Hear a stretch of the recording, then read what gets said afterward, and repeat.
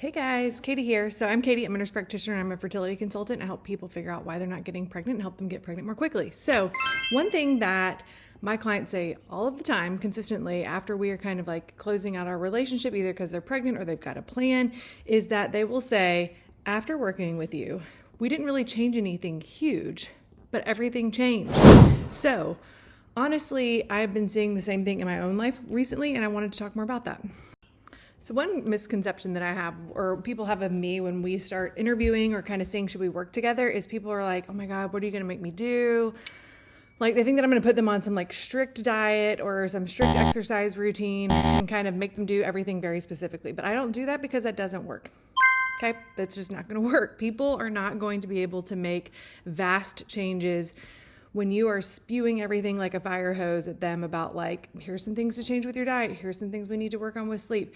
Like that can't just be all absorbed by a person, and you can't implement that many things at one time. So I really believe in making small changes that have a big impact over time when I'm working with my clients.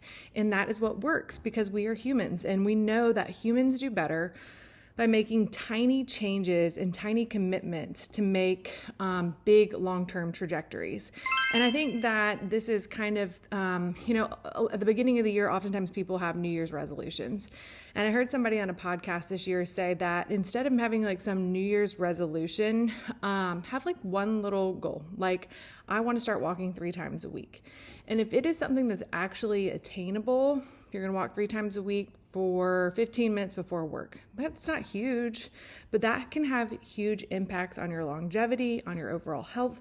And that one little step is actually what leads to really big changes. Okay. So, that is what I want to also kind of transfer into how that has shaken out in my own life recently in the last 6 months, because I think it's a really relatable situation when it comes to health and wellness.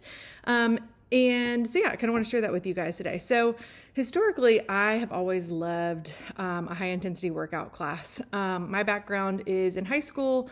I was competitive with swim. And so I would wake up before class or before school, and I would go do a spin class, and then I would go to school, and then I would go to lift weights or run or would do whatever sort of swim exercise routine that we had to do to kind of maintain weight lifting, etc., cardiovascular. And then we would swim for an hour, an hour and a half, I don't remember. So it's a lot of exercise. And that was my routine for many years in high school. And so when I went to college, I swam for the local team. Like it wasn't like the collegiate team. I mean, it was collegiate, but it was more, what is it called? Like when you do it for fun, not just like competitive. I can't remember. Intramural? Is that what I'm trying to think of? Anyways, I continued to do that and love to run. But then as I went to nursing school, as my life got busier, as I went to school and worked a full-time job, my ability to maintain a consistent workout routine changed. And that has only continued to change after going back to school and getting a doctorate with a newborn, starting a business, renovating a home, having 2 small kids. So my ability and timing has just changed over the last 20 years. And I used to love a good high intensity workout. I would love to go to, I won't like name some of the big brands, like a good HIIT class for 45 minutes to an hour. And I would feel worn out for the rest of the day. I would feel sore. I would feel like I'd really gotten a good workout, but I would just be beat and it would drain me. And when I was going through my infertility struggle, this was my main workout. I would get up before work. I would go do this workout and try to walk after work kind of thing. And I would get those in 3 times a week. I never really saw like good changes with what I wanted with my body. Nothing really ever seemed to shake out, but I felt like my heart was healthy and felt like I was getting a good workout and I was doing the things that I felt like I was supposed to do for a workout. So over time, kind of my relationship with exercise, my relationship with movement has just evolved. And I feel the most consistent routine that I have built, I'm kind of like in it right now. So we'll see how it goes over the next 6 months. But with my new scheduling, and one thing, and kind of I saw some parallels with my clients, is if I have somebody who is not used to moving a lot, they're not somebody who exercises often or prioritizes that, my goals for them are, I want you to figure out a time of the day that works well for you. And I want you to just plan to put on your workout leggings and your tennis shoes. And that's what all I want you to do for the first week or two. And if you're up for it, walk to your mailbox, okay? Just like walk to the end of the street. Like we'll talk about what your personal situation is. And then on that second week or third week, every day I want you to walk to the mailbox after work and just kind of slowly starting the process of putting on your workout clothes. So for me, what that looked like is the gym that I used to go to, again, with high intensity stuff, I still really liked it. My husband had a YMCA membership, and so I was able to join, and I didn't really kind of put together that they had childcare. So for me, that looked like, okay, now I'm going to start bringing my workout clothes to work and go to the Y after work. And sometimes I felt like I knew what to do. Sometimes I was just looking for a class that somebody would tell me to do, but I knew I could get on a treadmill and I could kind of start scoping out the place. So I'd say for like the first month, I would probably go 2 times a week and just walk on the treadmill, kind of feeling the place out, learning where everything was. And then I saw that they had free personal trainer meetings. So I met with a personal trainer for free a couple of times.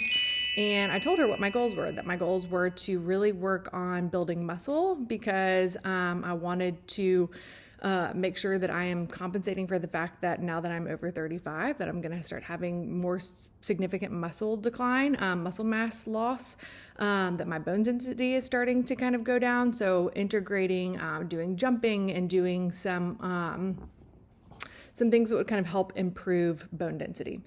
So I told her what my goals were and that I wanted to get back into learning how to lifting weights like I was in high school. So it's been a long time.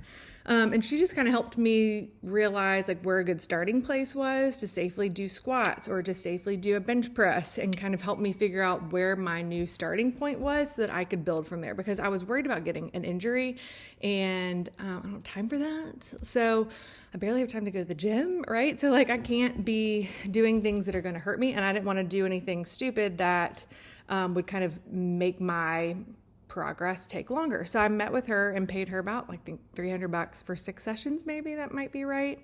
And so what we would do is meet for an hour and she would kind of teach me what to do. And so I could get my new baseline understanding. And then I would meet with her like once a week. And then I would continue going once or twice a week, just walking. And now I'm at the point where I try to go twice a week. I got brave and started like getting a little, I don't know, it's not a deck, but a little like area, I suppose, with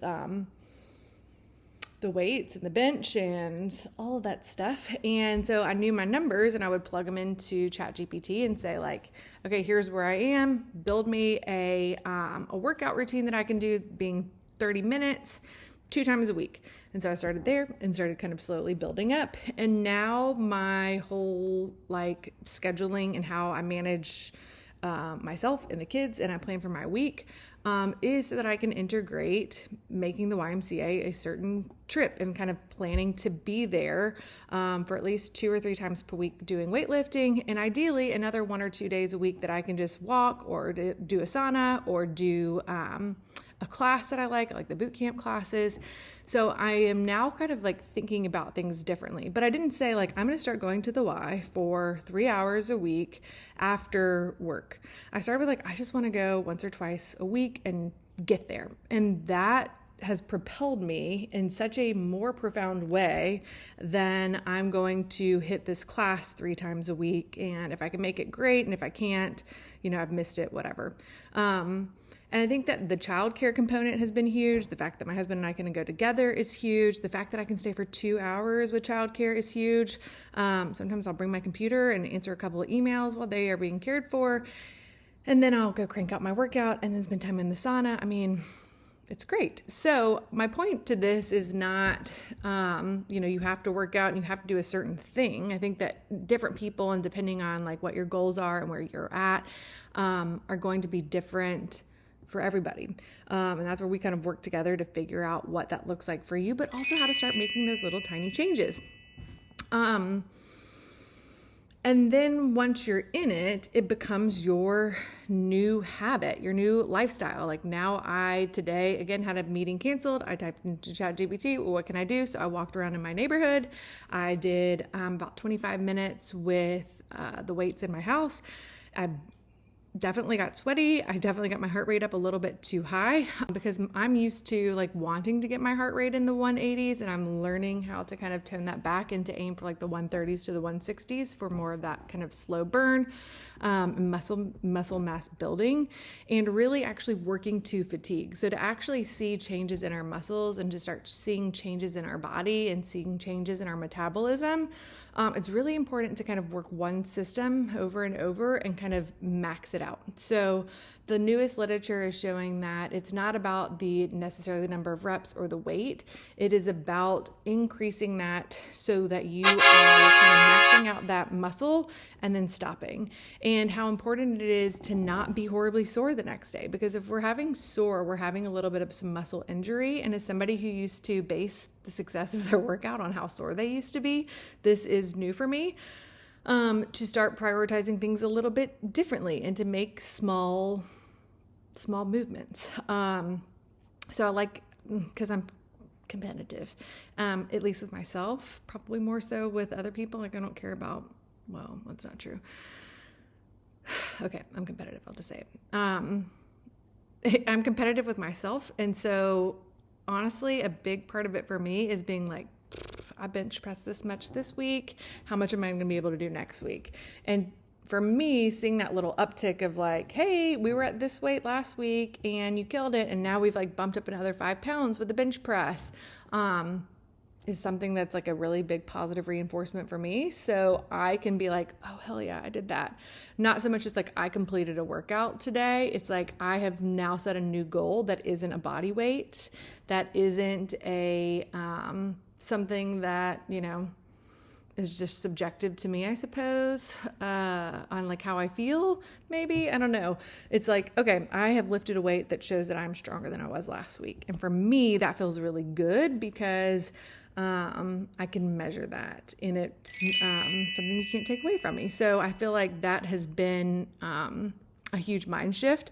It doesn't feel like I'm forcing it. It doesn't feel like I am just like checking something off of a list because like I know that I need to work out for this certain period of time. I'm like, okay, this is a priority for me. I've noticed how much it makes me feel better. I noticed that I am sleeping better.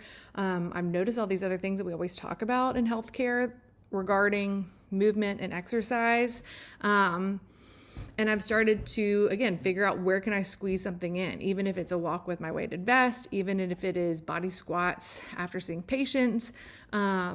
These little changes, I think, are the things that are going to make a big impact. And, TBD, this has been since probably like October of last year. So we're on month 5 of this. But all I'm doing is increasing in weight, increasing in frequency, and increasing this in how I'm incorporating it into my life. But I just want people to know that it didn't look like this 6 months ago, right? Like 6 months ago, I did not have this routine and this consistency. So small changes a lot of times don't feel big in the moment, right? It doesn't feel big to go to the Y one time. But creating the habit around it and creating the prioritizing around it and creating the relationship with my husband of saying like, you're picking up the kids, I'm going to the Y, I've planned a meal for tonight, so all we have to do is pop it in the oven when we get home. We're going to bathe the kids as soon as we get home, we'll eat afterwards. Like just shifting out how our nights look has helped with that. And the other thing that we've kind of done is done this together. So Matt and I will plan to do like boot camp classes together when my son had basketball practice this past winter. So we both say like, okay, we come home, we eat, and then we've said like, we're both going to go do this boot camp class together, or we're both going to lift weights together. So having him as like accountability partner, not so much with like the routine that we do, but just like showing up for each other and getting there. It's been really helpful to have a partner that's kind of doing the same thing, and makes it easier for both of us to be like, okay, we planned for this, we know what to anticipate, and just that communication on the front side of it, I think, has really helped. So, yeah, my other thing is that I told a girl the other day, I've been going to the YMCA now for a minute, and there is always a single attractive man that is there. I'm like, oh man, I'm like looking out for some of my clients that are egg freezing, and I'm like, I need to start going to the YMCA. So another plug for the Y. There's some attractive people there. Also, it's fairly inexpensive. But anyways, that's one thing.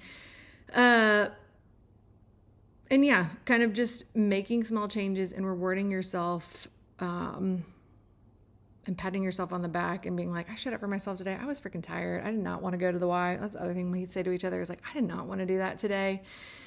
And I didn't work out as hard as maybe I had anticipated or wanted to. But you know what I did do? I showed up. I walked for 20 minutes. And that's better than nothing. That's better than sitting in my car ride home. So make the little changes, big outcomes.